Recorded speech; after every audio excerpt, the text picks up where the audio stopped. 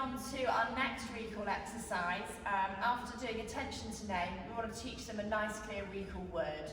So choose your word carefully and make sure it's not a word that's overused in any way, shape or form by you. So it's something that's going to hold good value, good meaning. Now our recall word is here. It was come initially, but we were actually during a lockdown in those stages of our training, and everybody was just saying it too much. So the word come had lost its meaning. So we reset and we started over, and now our recall word is here, and we remain super cautious to not overuse it. So with this exercise, it's very similar to the attention to name game to start with.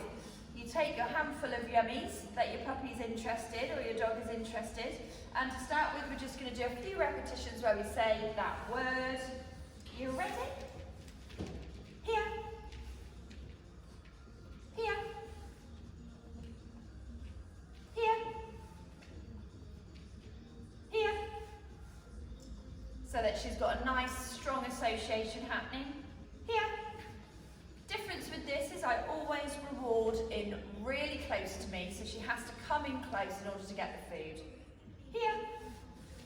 And that makes sure that she drives in close. I'm not throwing it out there and I'm not reaching out to her over here. I'm making sure she's coming close.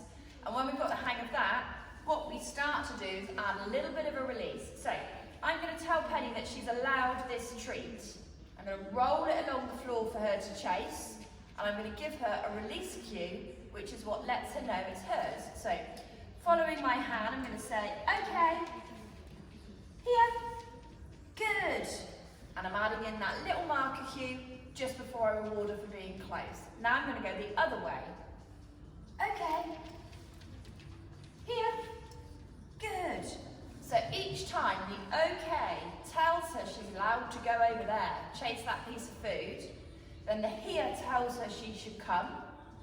And then once she's got close, we mark that behaviour so it's clear she's completed it, good, and then I reward her always really close to my feet. So we can do this with a bit more movement. Okay. Here. Good. Off we go the other way. Okay. Here. Good. I'm rewarding her right underneath my body so that she's as close to me as possible before I say good, so she knows it's done, and I give her that treat. A few more times. Okay. Here. Good. I'm moving back each time, just a little step to guide her in close with me. Good. So that helps that recall be finished. Other side. Okay. Here. Good. And that's our little pendulum recall game. So there's lots of different variations that we put on it sometimes in our group classes, but that's the main basics that we want to think about. The other important aspect that I find we really should be thinking about is a harness, collar or touch. So we release the dog, okay, we call them in, here, but before I reward her, I'm going to touch the harness. Good. So that recall's not complete until she's come right into me. Okay. Oh, it stuck to my fingers. Here, moving back. Food underneath her nose. Harness touch. Good. And then release. Ready? Okay. Here. Harness touch. Good.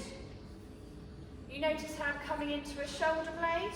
And for some of your dogs, you might need to come underneath the chin, and by that I mean under here. So we're right underneath the chin, because most dogs don't like this coming over the top of their head.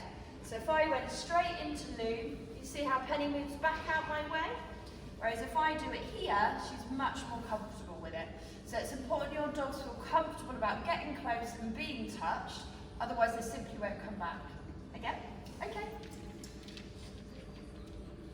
Here. Good. Very nice. Let's just give her a nice little rummage then.